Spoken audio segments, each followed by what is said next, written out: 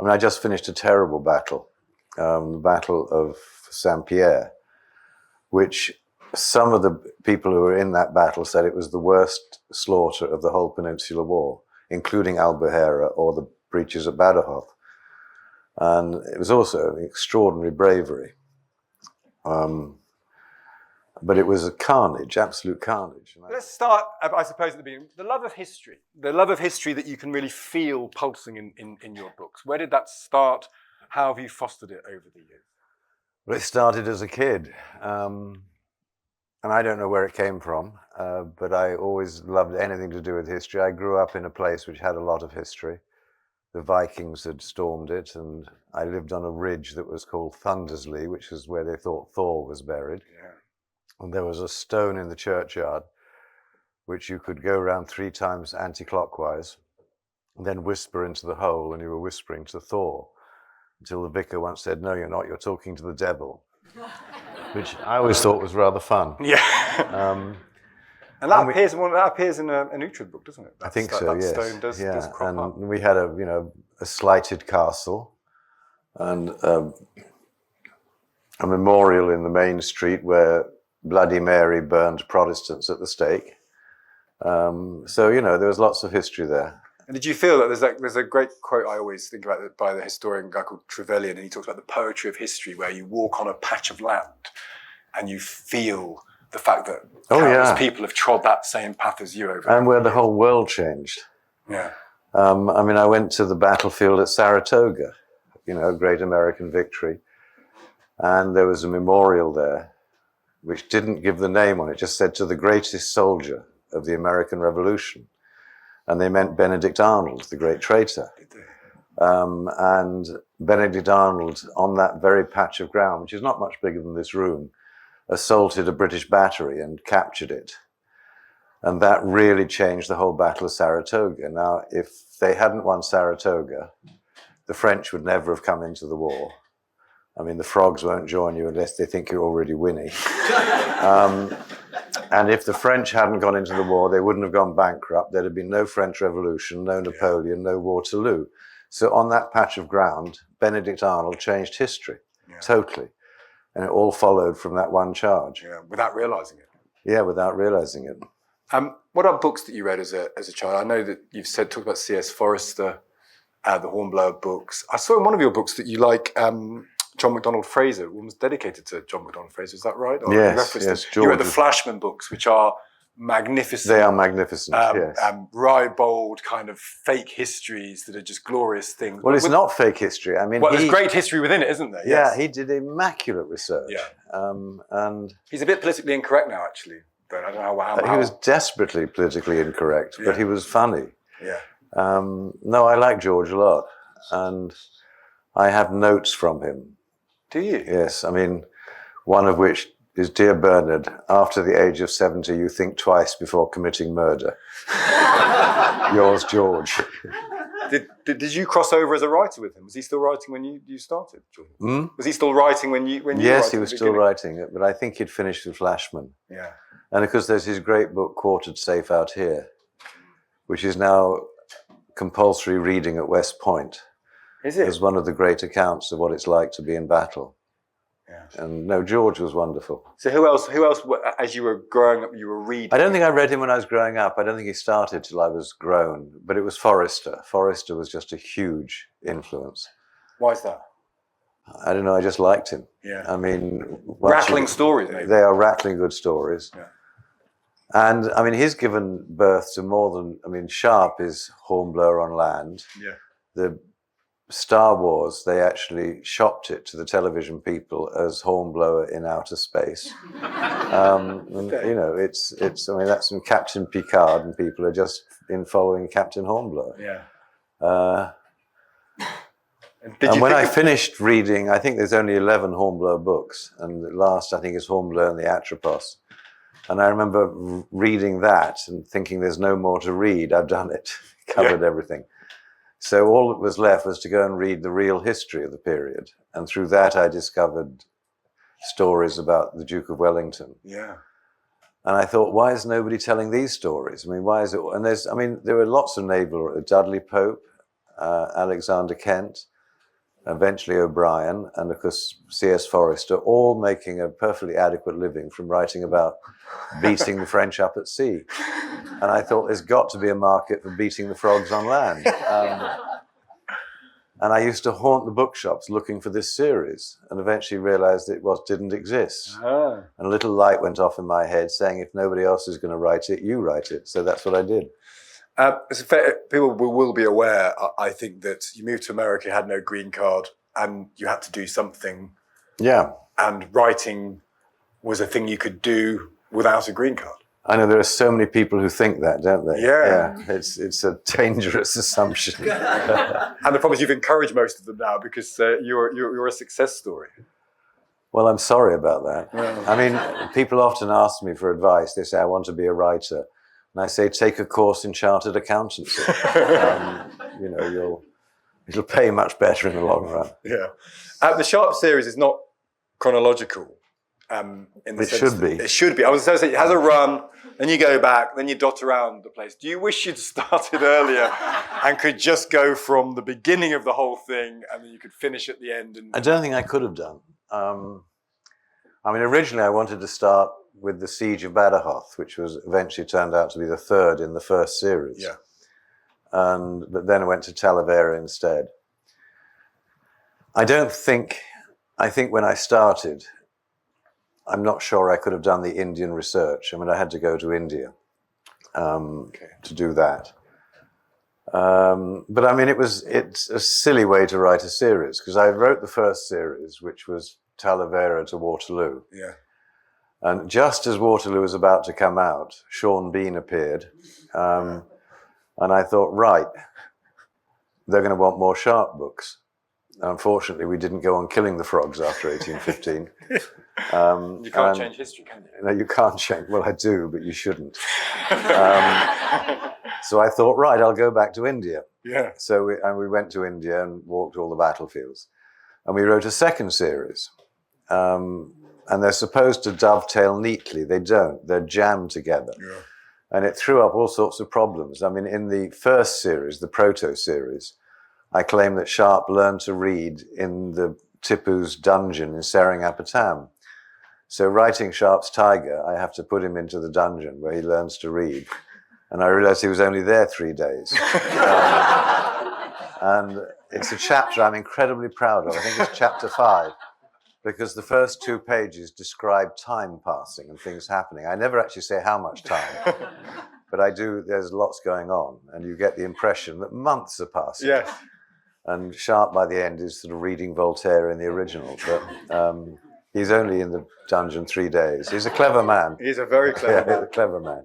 How good are you at keeping everything like that in your mind? Because presumably your fans will hold you to account. Oh, God, if you get those things right. Are you good at that? Do you pay for someone to do it, to check for you? No, I should, but I don't. And I hate rereading my own books. Do you? Which means that, I've just run into huge problems on a book I'm writing now called Sharp's Storm. And I'd planned an ending, which was going to be the crossing of the Adur. And that's one of the great military engineering triumphs, literally, of all time. It's an extraordinary feat. And I thought, okay, I can do 4 or 5 chapters on that, because it really is a fascinating story, and Sharp can be in the middle of it. And I knew that this book follows on from a book called Sharp's Regiment, so I thought I ought to, it goes to Sharp's Siege. I thought I better read and see who's alive and who isn't. So I read Sharp's Siege, got to the last chapter, and he's already at the Adur. And I thought a 4-letter word. It means that Sharp could not possibly be, the ending I'd planned couldn't work, because it's a 2-body problem. He's going to be in 2 places at once. Now, actually, I think my fans would forgive me that. Yeah. But my publisher wouldn't. Really? No, she'd have told me to stop being an idiot. And she's right. So I've had to throw away all this research. Oh, no. And I'm now putting a new 1/3 on the front end of the book. And your research, you said you had to go to India when it was the Indian series. How has that changed over the years? Because it strikes me that the ability to research for everyone has changed vastly over the last 20 or 30 years in terms of what's available online, what you can Well, it's not archival research. You don't have to do that. No. I mean, for India, it's walking the battlefields, which is almost always essential. And I think I've dragged my wife over every one of Wellington's battlefields, except for Toulouse, which has been built over. Yeah. So you can't go up the Calvinet Hill any longer. Does she enjoy that? Does she enjoy walking the battlefield? She claims to. Can we get a fact check on that? Do you enjoy them? Well, I loved India, so. Yeah, okay, that's good. I can understand walking a battlefield with you, Bernard Cornwell, might be quite a fun thing to do. It is a fun thing to do. I mean, and you learn an awful lot. I mean, to actually climb those hills and then imagine doing it in a heavy wool coat and carrying a 15-pound musket, you get to appreciate what they did. And is that when, because of all the authors out there who write battle scenes, and this is true of the Last Kingdom books as well, which we'll get to in a second, battles is what you're known for to a large extent. But I think people feel that are in the heart of it when they're reading your stuff. Does that come just from the battlefield? Where do you get the sense of what it must feel like to either stand in a shield wall, which you get in the Last Kingdom books, or stand in a line and fire at ongoing cavalry, which you get in the Sharp books? How do you? And it's horrible, isn't it? It's just, I mean, it makes your heart race, but it makes you think, how would you cope in that scenario? You throw the reader right into the middle of it. It's quite tiring to write too. Really, is it? It is, yeah. I'll sometimes say to Judy, I didn't enjoy today, I was doing a battle. Could you do a whole battle in one go, or do you? No, it's usually 2 or 3 days. Yeah. But the book that gave me the clue was wonderful John Keegan, The Face of Battle. And I met John a couple of times. And what in The Face of Battle he tries to do is to convey what the private soldier felt, smelt, heard, and saw. And I try to do the same thing. And not to romanticize it. And not to romanticize it. I hope not. No. I mean, I just finished a terrible battle, the Battle of Saint-Pierre, which some of the people who were in that battle said it was the worst slaughter of the whole Peninsular War, including Albufeira or the breaches at Badajoz. And it was also an extraordinary bravery. But it was a carnage, absolute carnage. And I just think, what a Sharp feeling. What's he seeing and smelling? And what do you take from that? Do you take from that the bravery? How do these people, when they could have walked backwards, they walk forwards? Very much so. Or the folly of it, the fact that this is ultimately wasteful of human life. Well, it's better than being ruled by Napoleon. Yeah.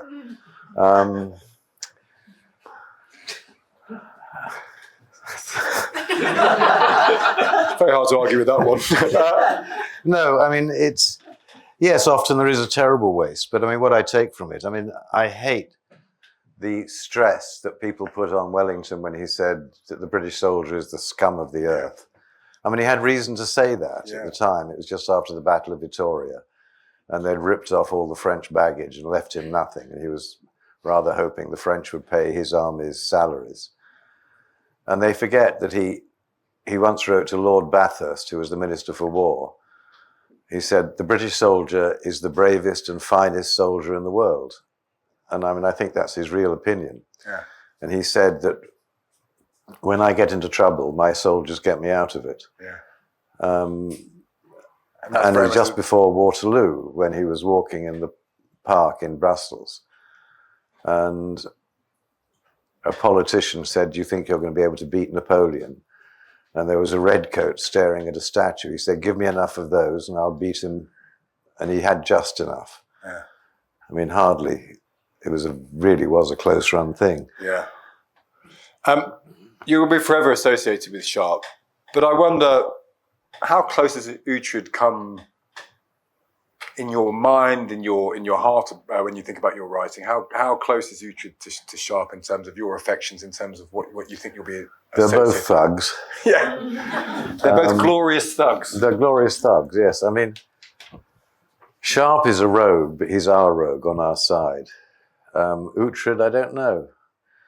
It's odd because I write him in the first person, so I don't think I see him as objectively as I see Sharp. I like being with Sharp. I mean, he has 2 moods, angry and grumpy. Yeah. And have you seen the Sean Bean Bastard compilation. No. There's a very funny thing. It's worth Googling if you haven't seen this. It's a YouTube video of every time Sean Bean says the word bastard. Yeah. Or a bastard. Like that in a sharp. And if you put it all together, it lasts about 4 minutes. And it's just him going, bastard, like that repeatedly. It's well worth it if you've not. Well, Sean was wonderful. I mean, he was the perfect Sharp. Did you always feel that as soon as he came on board? Yes. I mean, I remember the very first time I saw him. I mean, originally Paul McGann had the part. Okay, I can see that. And I never saw any of the footage of Paul. And then he fell over and did something ghastly to his leg playing soccer against the Ukrainian army. And so they had this dreadful time where they couldn't go ahead with filming, and it was a huge insurance claim, evidently. And Sean was the only person basically available. And there's a famous picture of Sean, which girls put up on their walls, which his shirt is open and his jacket is open. Yeah. And there's lots of bare chest. And the only reason was he put into Paul McGann's costume and he couldn't do it up. And they hurriedly made a new green jacket for him. But no, Sean was absolutely perfect. I mean... and is he in your mind? I mean, how much... You've been asked this before, I'm sure, but once you write a character, it then becomes Sean Bean. When you write him again... I hear him. Do you hear Sean Bean? I don't see Sean. Because I have a very clear picture of Sharp in my head. Yeah. But I hear Sean's voice. I mean, the other one was Obadiah Hakeswill, Pete Postlethwaite. Yeah. I mean, his Pete Postlethwaite his Obadiah Hakeswill was far better than mine. Yeah. And now when I actually could have put Obadiah into this new book, but I thought he's best left underground. Really? The stupidest thing I ever did was kill him off. Yeah. And I thought maybe he's got a twin brother called Jedediah. Yeah. It's quite a satisfying moment when he went off, though. I thought you gave your readers something when you put him underground. Yeah, we did. It was quite joyful shooting him, but yeah. And I get questions from people on the website saying, "Why did you do X, Y, Z to somebody?" And I can't even remember them. I don't know who they are. Haven't a clue. And you have to make up an answer. Because I'm not going to go back and reread the book. No. So, when you start writing the Last Kingdom series, was there a freedom because you'd already done other shorter series? You obviously had Sharp at that point, very well established. Did you think, I'm going to write something substantial, 13 books, this big cover? No. Did you? Could this? Because there's a relationship, presumably, to the Arthur books as well, because that puts you vaguely in the realm of that world. It's a much more mystical world. They're brilliant books, the Arthur books. I think a lot of people really love them. Did you go from that thinking that I can go a little bit ahead in history, be more realistic and do that? Why did you start the Last Kingdom? Well, story about that really is that for a long time I got interested in the birth of England. Because although I had a very good education, we never really talked about what, we assumed there's always been England, there always has been. And then you go and live in the USA, who make a great deal about July the 4th, 1776. And I thought, well, what's England's birthday? And I realized that I'd never been taught it. The only things we're taught about King Alfred is that he burned the cakes, which is terribly unfair. Reputation of being a bad baker, when in fact he's the father, or at least the grandfather of England. You're not that nice to him, though. No, I don't like him. I don't like him either. He's a Puritan. Yeah. And I hate the Puritans.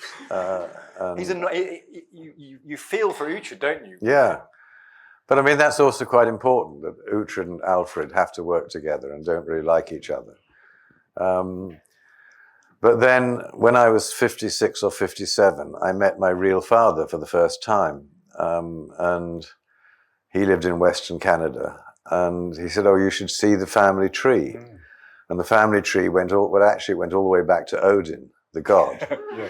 And I discovered I have a god's blood in my veins. It doesn't surprise me, but there it is.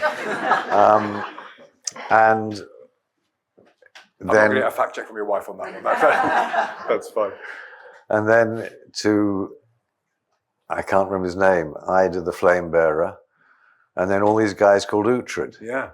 And I thought, wow. And his surname was Ortrud. And the surname had hardly changed over the years, Uhtred to Ortrud.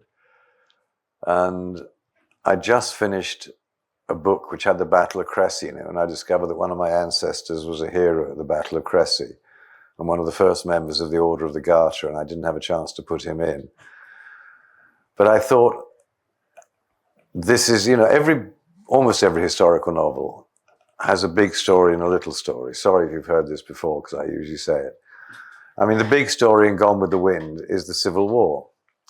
The little story is, can Scarlett save Tara?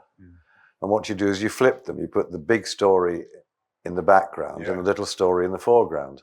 Well, my big story is the creation of England. My little story was my ancestor. Yeah. How the hell did he survive with the Danes swarming all over Northumberland?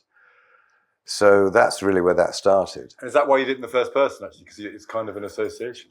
I have no idea why I did it in the first person.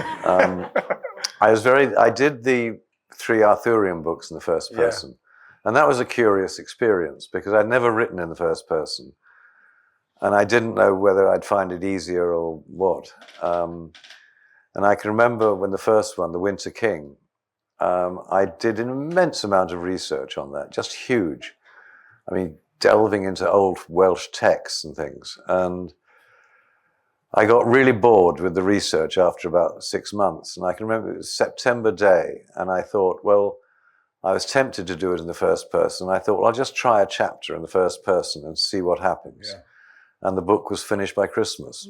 Oh. I mean, I just started, and it just went. Really? And all 3 of those books went like that, which is why they're my favorites, because they were just such a joy to write. Really? And in many ways, yes, writing first person is easier.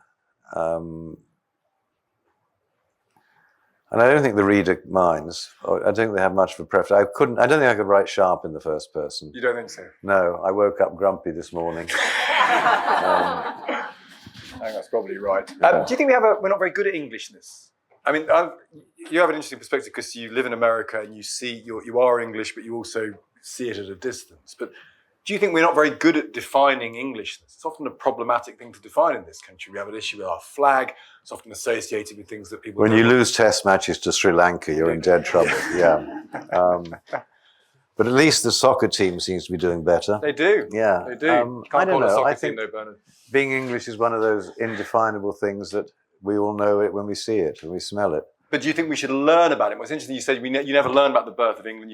Maybe you even learn Alfred Burns' The Cakes. I don't even remember learning that actually at school. I remember reading it in a Ladybird book maybe, but I don't remember actually being taught it. Do you think we probably don't celebrate the birth of England in a...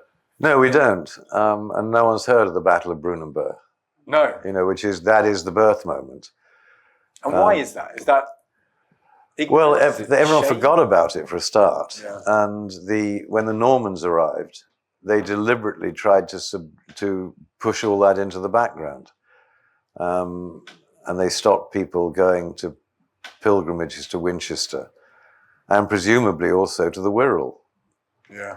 I mean, in the years after Brunanburh, it was famous. I mean, it was as the Anglo-Saxon Chronicle says, no greater slaughter ever occurred in this island.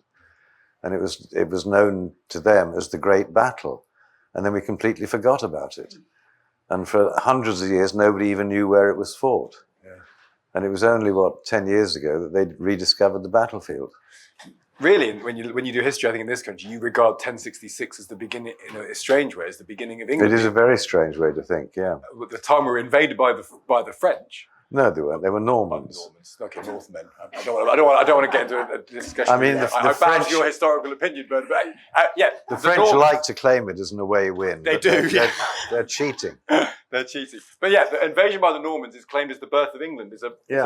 Which is insane because England and its shires and its justice system all was already in existence. And got suppressed. And they got taken over by the Northmen. The Northmen, yeah. I mean, William the Conqueror's grandfather was Rollo, a Viking. Yeah. And the very word Norman comes from the Northmen. And so you're not giving it to the French? You're not giving it to the French? Absolutely not, no. I mean... your background is TV, Bernard. How's that helped you, not helped you, been relevant, not relevant to your writing? I'm not sure. I mean, I like TV. I enjoyed working in it. I think that it probably helped that I had to do so much writing of scripts. Yeah. And I've never feared the empty page. Yeah. You know, you're working on a daily show like Nationwide. You just have to write the damn stuff, whatever you think. The deadline's quite good pressure in that. Yeah, isn't it? and I mean, it was a great place to work, and I liked the BBC. And then eventually they sent me to Belfast, and I was there during the Troubles. And I mean, it was just a wonderful place to live. I loved it. And that, you ever been tempted to write about that period of history? No. What's your cut-off point? What would you regard as? Is it sharp? Is it? I think it's probably sharp. Yeah, I can't imagine. Do we ever write a Second World War novel? Oh Lord, no. Not interested. Too many ghosts. Really? Yeah. You've been quite lucky with TV in terms of your books. Do you think that? Because you've had Sharp, which is a brilliant series. The Last Kingdom is a very, very much loved series. Is that luck? Is that judgment? How does that happen? Do you get Luck. Is it luck? Yeah. I don't think there's anything you can do yourself except write a good story. Yeah. Because that, I think, is what they're after. Did you write The Last Kingdom thinking this could be? No. You never think that? No, never. I always say to Judy, I'll believe it when I see the credits rolling. Yeah. And even when they tell you that they're going to make it, I don't believe it. Even though you had two massive series. And I mean, I wrote a book called Agincourt. Yeah. I think the last I heard, they'd spent $600,000 on a script. It's not going anywhere. You know, if I ever see that, I'll... Yeah.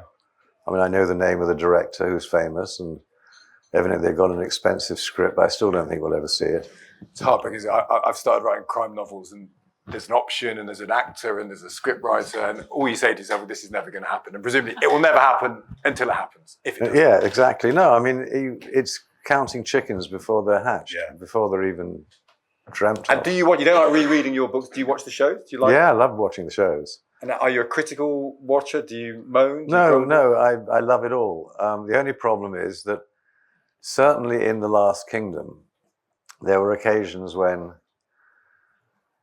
I thought they made changes to the story, which I thought were very clever, and the way they did it. But Uhtred would make a choice, or somebody would make a choice, and Judy would say, "Why did he do that?" And I say, "I don't know, darling, I only write the books." And I mean, he must have said that 50 times, at least. And you're happy to let it go? In that sense, you're happy to absolutely happy to let it go, yeah. I mean, and then half an hour later, I'd realize what they'd done, is that they'd done something rather clever. And I'd get angry because I didn't think of it. But you never had to give approval to that sort of thing? You never had to give approval to that sort of thing? No, don't get involved. I mean, it was made by the people who made Downton Abbey. What can I tell them about making television drama? The answer is nothing, absolutely nothing. Yeah. You know, I was good on Nationwide and ran current affairs television for the BBC in Belfast, but I never produced a minute of drama. Yeah. And any of my opinions are just going to be an obstacle to them. Yeah. I mean, I wish some people had. I mean, I should have been a historical advisor on the film Napoleon. It was so dreadful. Did you not like it? Well, I mean, I knew I was in trouble 5 minutes in, where they thought that howitzers were mortars. And I thought every fool knows the difference between a howitzer and a mortar, but evidently not. Do you think they just don't care? They presumably don't care. It's based on a book as well. It's based on historical research, that movie, isn't it? I'm sure it must be. That's why they have an Englishman shouting, "Over the top," in the middle of Waterloo. Yeah.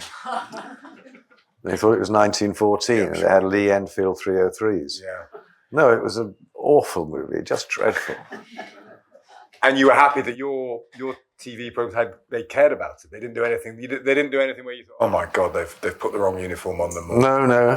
They all, on the whole, got the uniforms right and got them dirty. Yeah. Which they should. Yeah. No, I thought that the Sharp people did really well.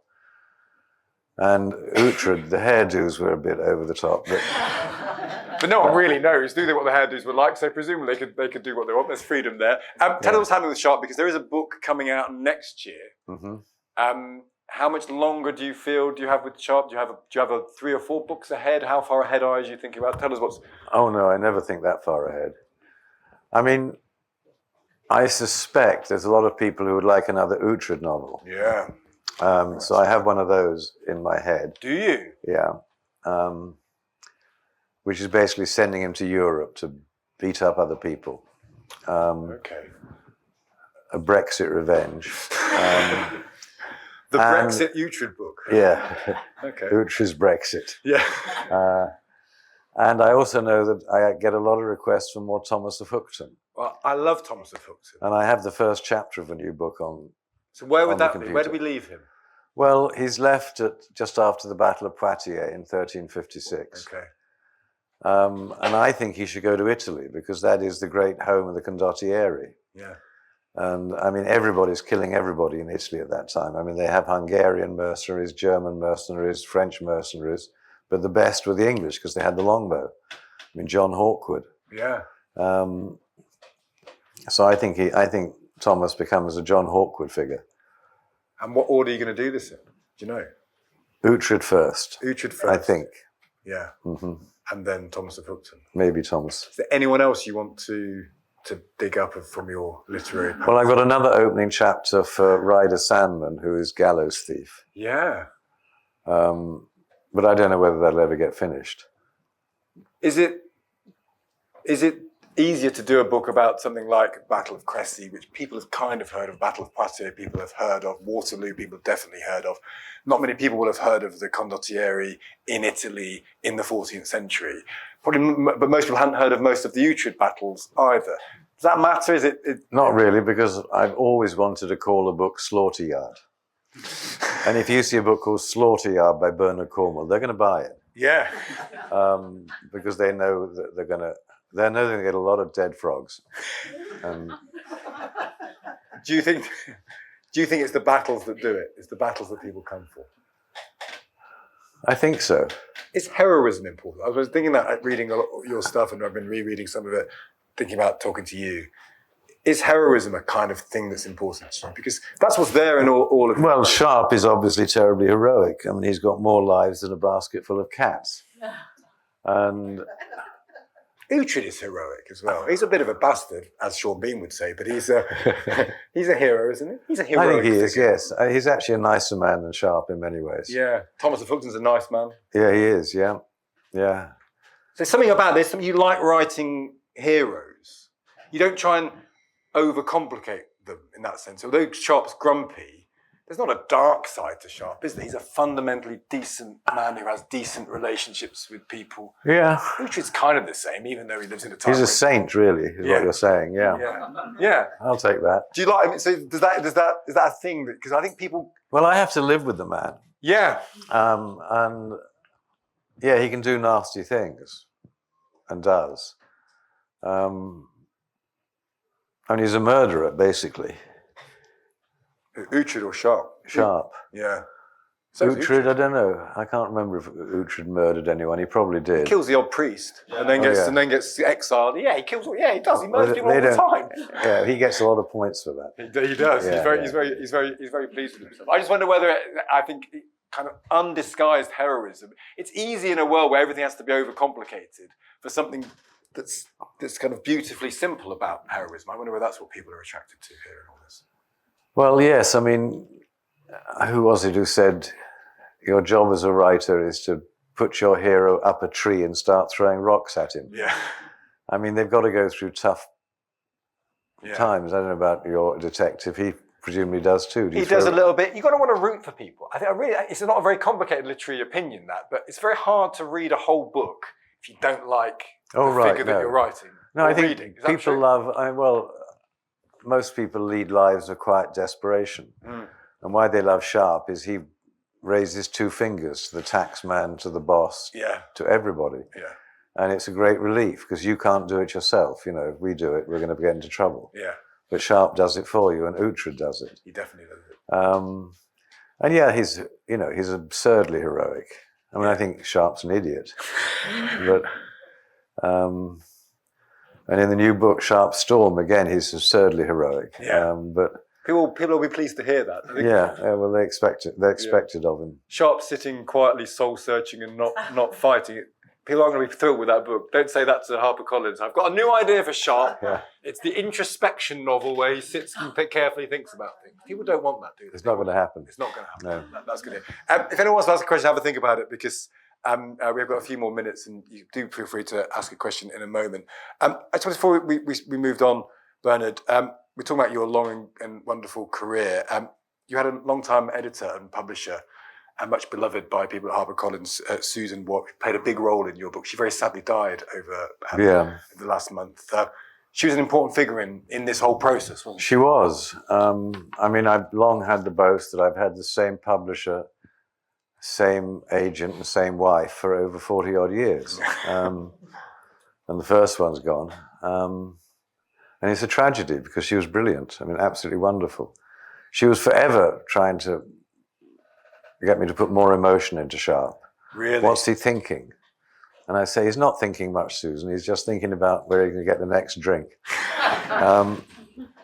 But she was a wonderful friend and a wonderful guide. And I mean, she, in many ways, is responsible for much of Sharp. Really? I think she was fond of Sharp too, although I'm sure she disapproved of him. Yeah. That's okay, though. That's okay, yes. Yeah. Are you an easy man to edit? I'm horrible to edit, horrible. I mean, Susan would sometimes come up with a list of a dozen things she felt I ought to change. Yeah. So eventually, I mean, it took me 5 or 6 books to learn this trick.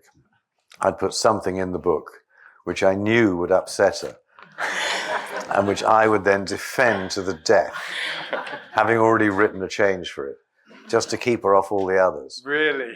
Is that a good tip for a writer of a series? Yeah, and it worked, at least for a couple of books, till she realized what I was doing. Yeah, she got wise to it. But